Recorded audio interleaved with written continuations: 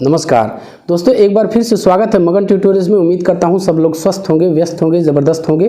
दोस्तों, परीक्षा काफ़ी नज़दीक है। बिना टाइम ज़ाया किए हम लोग सीधे पीडीएफ पे चलते हैं और प्रश्नों का अभ्यास देखते हैं। प्रश्नों में क्या क्या है यहाँ पे मैं आपके सामने लाता हूँ। पहला और दूसरा प्रश्न दोस्तों, पहला पढ़ता हूँ, देखिएगा।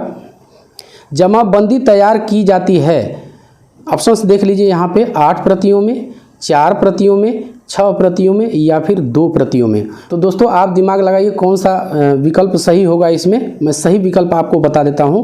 जो जमाबंदी है वो 2 प्रतियों में तैयार की जाती है। एक लेखपाल या पटवारी के पास होती है और दूसरी सरकार के पास होती है। दोस्तों ये एक प्रकार का रजिस्टर होता है जिसमें पूरे गाँव के जो जोत है, जो खेत है, उसका लेखा जोखा होता है। ठीक है, अगला पढ़ता हूँ। पंचायत का 5 वर्ष का कार्यकाल प्रारंभ होता है। ऑप्शंस देख लीजिए। पंचायत के प्रथम अधिवेशन के लिए नियत तिथि से, बी है परिणाम घोषित होने की तिथि से, सी है चुनाव की तिथि से या फिर डी है चुनाव की अधिसूचना की तिथि से। तो आप सोचिए, काफ़ी मिलते जुलते विकल्प हैं दोस्तों। तो मैं आपको सही उत्तर बता देता हूँ यहाँ पे। यहाँ होगा सही ए, पंचायत के प्रथम अधिवेशन के लिए नियत तिथि जो होती है वहीं से 5 वर्ष के लिए पंचायतें चुनी जाती हैं। आगे बढ़ते हैं। यहाँ पे हमारे सामने है तीसरा और चौथा प्रश्न। तीसरा पढ़ता हूँ दोस्तों। निम्नलिखित में से कौन सी एक संस्था उत्तर प्रदेश राज्य के अधीनस्थ न्यायिक सेवा के रूप में कार्य करती है? अधीनस्थ न्यायिक सेवा के रूप में कार्य करने वाली संस्था पूछ रहा है दोस्तों। यहाँ पे देख लीजिए, पीलीभीत जिला न्यायालय, बांदा जिला न्यायालय, चंदौली जिला न्यायालय या फिर इटावा जिला न्यायालय। इन चारों विकल्पों में से आप दिमाग लगाइए दोस्तों, कौन सा विकल्प सही होगा। मैं आपको सही विकल्प बता देता हूँ, इटावा जिला न्यायालय। ये एक राज्य के अधीनस्थ न्यायिक सेवा की तरह कार्य करता है। और भी न्यायालय हैं दोस्तों, मैं उनके नाम आपको बता देता हूँ। इलाहाबाद कानपुर देहात जिला न्यायालय जो है वो भी राज्य के अधीनस्थ न्यायिक सेवा के रूप में ये कार्य करते हैं। तो इनका भी आप नाम याद रखिए दोस्तों। ठीक है, चौथा है, भारत के किस राज्य में दलहनों का सर्वाधिक उत्पादन होता है? ऑप्शंस देख लीजिए, उत्तर प्रदेश, बिहार, राजस्थान या फिर मध्य प्रदेश।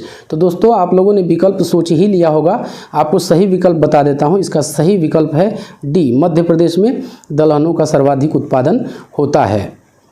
ठीक है, आगे बढ़ते हैं। यहाँ पे हमारे सामने 5वां और 6ठा प्रश्न। 5वां पढ़ता हूँ दोस्तों। बहार किसकी एक प्रसिद्ध फसल है? ऑप्शंस देख लीजिए, अरहर की, चना की, मूंगफली की या फिर मटर की। तो आप सोचिए और बताइए कि इसका सही विकल्प कौन सा होगा दोस्तों। इसका सही विकल्प है सी, बहार जो है वो मूंगफली की एक प्रसिद्ध किस्म है, फसल है। 6ठा है, उत्तर प्रदेश में मिड डे मील योजना का शुभारंभ किया गया। ऑप्शंस देख लीजिए, 1985 में, 1998 में, 1990 में या फिर 1995 में। तो आप सोचिए और बताइए कि इसका विकल्प कौन सा सही होगा दोस्तों। इसका सही विकल्प है 1995 में। आगे बढ़ते हैं। यहाँ पे हमारे सामने है 7वां और 8वां प्रश्न दोस्तों, पढ़ता हूँ। 7वां, उत्तर प्रदेश के किस भूभाग में वार्षिक वर्षा सर्वाधिक होती है? ऑप्शंस देख लीजिए, पठारी भाग में, मैदानी भाग में, तराई भूभाग, पहाड़ी भूभाग। तो आप सोचिए और बताइए कि इसका कौन सा विकल्प सही होगा दोस्तों। इसका सही विकल्प है सी, तराई भूभाग जो है उत्तर प्रदेश का, वहाँ पे जो वार्षिक वर्षा है सर्वाधिक होती है। इसको तराई ही इसीलिए कहा जाता है दोस्तों कि ये लगभग पूरे महीने पानी से तर रहता है। इसी पानी से तर रहने के कारण इसको तराई क्षेत्र कहा भी जाता है। ठीक है, 8वां है, भू कृषि का रिकॉर्ड कौन सा है? ऑप्शंस देख लीजिए, गिरदावरी, पंचनामा, जमाबंदी या फिर खतौनी। तो आप सोचिए और बताइए कि इसका सही उत्तर क्या होगा दोस्तों। तो ये है गिरदावरी। ये गिरदावरी जो है ये भू कृषि का रिकॉर्ड है और एक प्रकार का सर्वे होता है जो दोस्तों, ये जो साल में 2 बार किया जाता है। इसको ग्राम स्तर पे हम लोग कभी कभी खसरा भी कहते हैं, लेकिन उसका शुद्ध नाम होता है गिरदावरी। तो याद कर लीजिए इस चीज़ को, महत्वपूर्ण है दोस्तों। 9वां पढ़ता हूँ दोस्तों। 9वां है, सीमांत कृषि भूमि जोत का आकार है।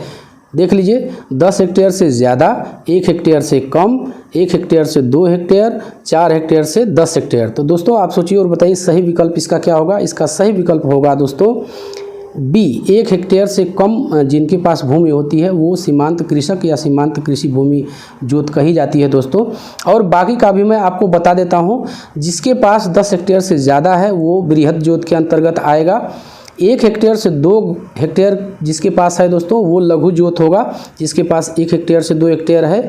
और 4 से लेके 10 हेक्टेयर मध्यम जोत के अंतर्गत आता है दोस्तों। 10वां पढ़ता हूँ दोस्तों, निम्न में कौन सा वृक्षीय सब्जी है? ऑप्शंस देख लीजिए, बसेला, भारतीय पालक, करी पत्ता या फिर मेथी। तो आप सोचिए, बताइए कौन सा सही विकल्प होगा दोस्तों। इसका सही विकल्प है सी, जो करी पत्ता है वो एक वृक्षीय सब्जी कही जाती है और इसको मीठी नीम भी कहा जाता है दोस्तों। मधुमेह में यानी डायबिटीज़ में काफ़ी ये लाभदायक होती है। आखिरी प्रश्न है दोस्तों, प्रधानमंत्री जन धन योजना कब शुरू की गई? ऑप्शंस देख लीजिए, 15 अगस्त 2014, 26 जनवरी 2015, 28 अगस्त 2014, 1 जनवरी 2015। तो आप सोचिए और बताइए इसका सही विकल्प क्या होगा दोस्तों। जो प्रधानमंत्री जन धन योजना है इसकी घोषणा 15 अगस्त 2014 को की गई थी और ये योजना 28 अगस्त 2014 से लागू कर दी गई थी, प्रारंभ कर दी गई थी दोस्तों। तो जो प्रश्न है कब शुरू की गई थी, तो यहाँ पे हमारा यही विकल्प सही होगा, 28 अगस्त 2014 को। लेकिन यदि घोषणा पूछ लेता है आपसे तो आप वहाँ पे 15 अगस्त 2014 करेंगे। तो बस दोस्तों यही था आज की इस वीडियो में। उम्मीद करता हूं कि आपको ये वीडियो पसंद आई होगी। और दोस्तों चलते चलते एक रिक्वेस्ट ज़रूर रहेगी कि आप मगन ट्यूटोरियल्स के परिवार को बड़ा करने में हमारी मदद कीजिए दोस्तों। जब आप ऐसा करते हैं तो हमें एक आत्मबल ज़रूर मिलता है। मिलते हैं अगली क्लास में, तब तक के लिए नमस्कार।